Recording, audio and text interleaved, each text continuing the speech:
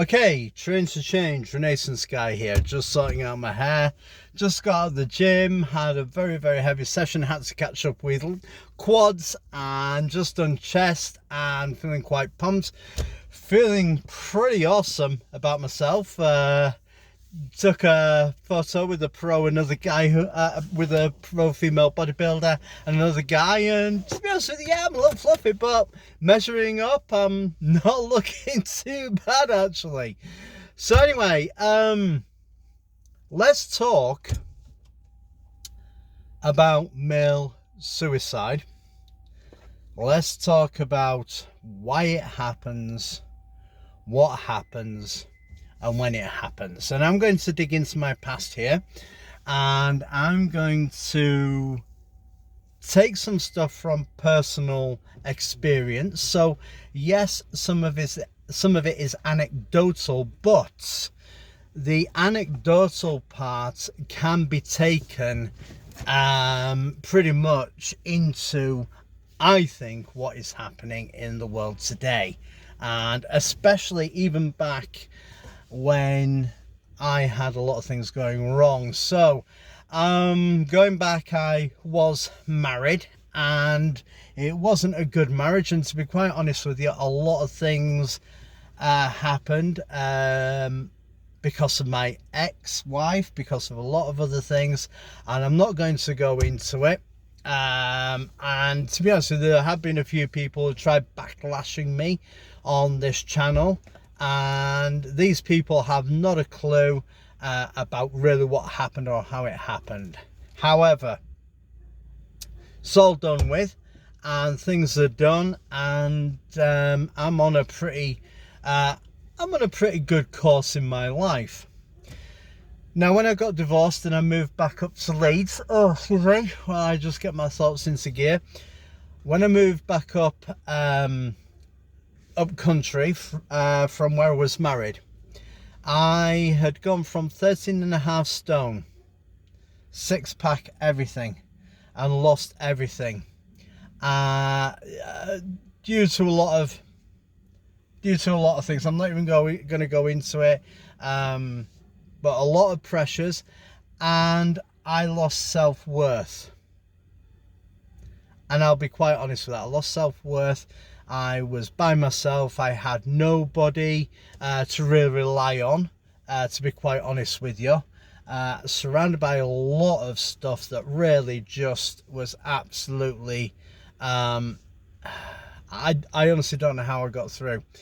I came, like I said, I moved back up country, and I'd gone from £189 to £395, and it was a lot of other things.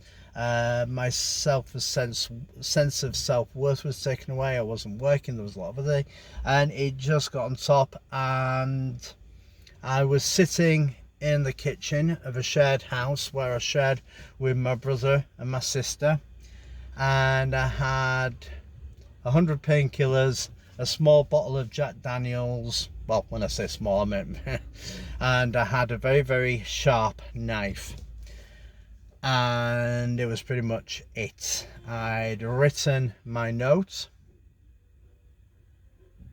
and I sat there and listening to some songs, and I was about to go. It was literally, I was on that. And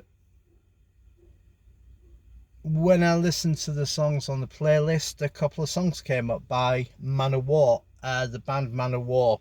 One's called Heart of Steel, and the other one, Master of the Wind. And the songs, they talk an awful lot about moving forwards, moving towards a goal, becoming something more than what you are, mastering things, becoming more than your circumstance. And they hit me like a pure bolt of force, mentally and emotionally. And it didn't heal me, but it flared that hint of who I was. And I was 38 at the time. Now, to go through things, I wouldn't step outside the door by myself. I wouldn't go anywhere without my brother or sister or my mum or dad or anything. I wouldn't go anywhere. And I, to be honest with you, I had to pull myself through. And when I heard these songs, I poured the Jack Daniels down the sink. I put the paracetamol in the first aid cupboard, and I put away the knife.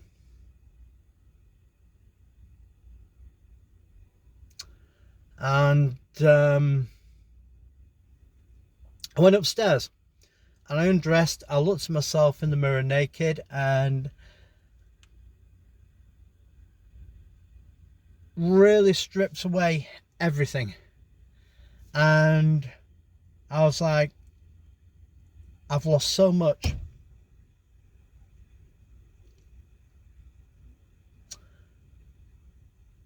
And all the questions come in. Who am I? Where did I come from? Where am I going? And then another question came up, and it was asked a few times, and this particular question, it trumps all those three. And it's basically this: now that I'm here, what am I going to do about it? And what are you going to do about it?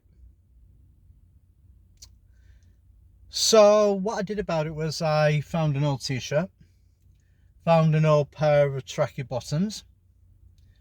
I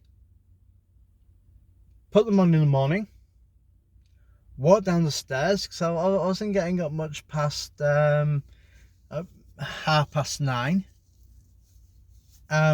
Just a lot of things, like I said. And I went out at 8:30 in the morning, and I decided I'm going to reclaim my life, who I am, what I am. And I had a lot of people saying, oh, you're close to 40, you're 2 years off 40, this, that, all that crap. You're all the naysayers. 2 years later, at the age of 40, I got back down to 13.5 stone, 189 pounds, and I reclaimed. Now, I wasn't in fantastic shape, trust me. I was, I had a lot of loose skin, everything else, and I mean, slowly it shapes up. Skin is a living, breathing, it's a living organism, is skin. It will adjust eventually. I still have a little bit of loose skin, but, it is what it is. Stretch marks, tiger marks, I've earned them. The other secret is for me, it's not a secret, is owning what you did to yourself. Because you then turn around, so if I did that to myself, I can do other things to get out of that. I think why there's so much male suicide and it's not talked about is because the essential man that's designed to work hard, fix things, do everything, is slowly being stripped away. It's being demonized, it's being spat on, treated with disrespect, treated somehow being toxic and all this stuff by venomous, nasty people who literally cannot achieve in their life what they want, and they're trying to pull this down. And it's up to us as men to find our purpose, to become more and do more and be more. That's one of the reasons why I go to the gym. The gym saved my life. Taking charge of my life saved my life. Having that sense of pride within myself, that sense of accomplishment, achievements. And it's true, work, employment, all these things go to build a man. And employers these days really don't help with how they treat their workforce as well. So talking about, it's not easy talking about that, because, you know, to admit you've been there is very, in a way, humiliating, and it feels degrading, but you also need an awful lot of courage to overcome and say that, and say, you know what, yeah, I had that moment of weakness, I was broken, but you've also got to take into account that you have the courage to own that, to become more. And that's what being a man is all about, is the courage to face that and to become that. Now, you don't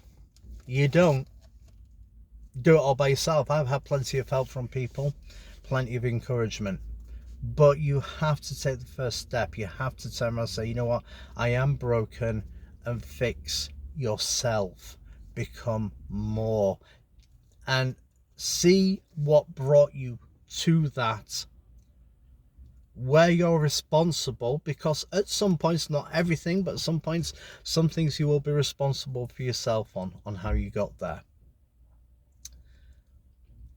And empower yourself by saying, yeah, I dropped the ball on that, but I picked up the ball, I changed it, I took ownership of that, and I've become more. I'm now 50 years old.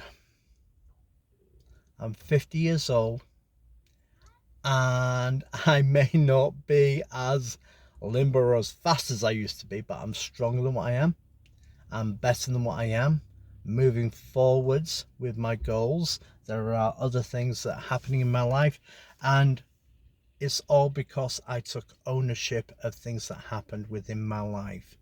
And the first thing is to have that self-worth within you, no matter what anybody else says. Have that sense of self-worth, because too many people are going to pull you down and say, oh, you're this, you're that, you got no chance. And it all stems from the fact that they don't even want to try to change their lives, so much rather pull other people down. Don't let them do it. Become what is within you to do. And honestly, I guarantee that. So this is a little bit of a heartfelt one there. This is a bit of a heartfelt one.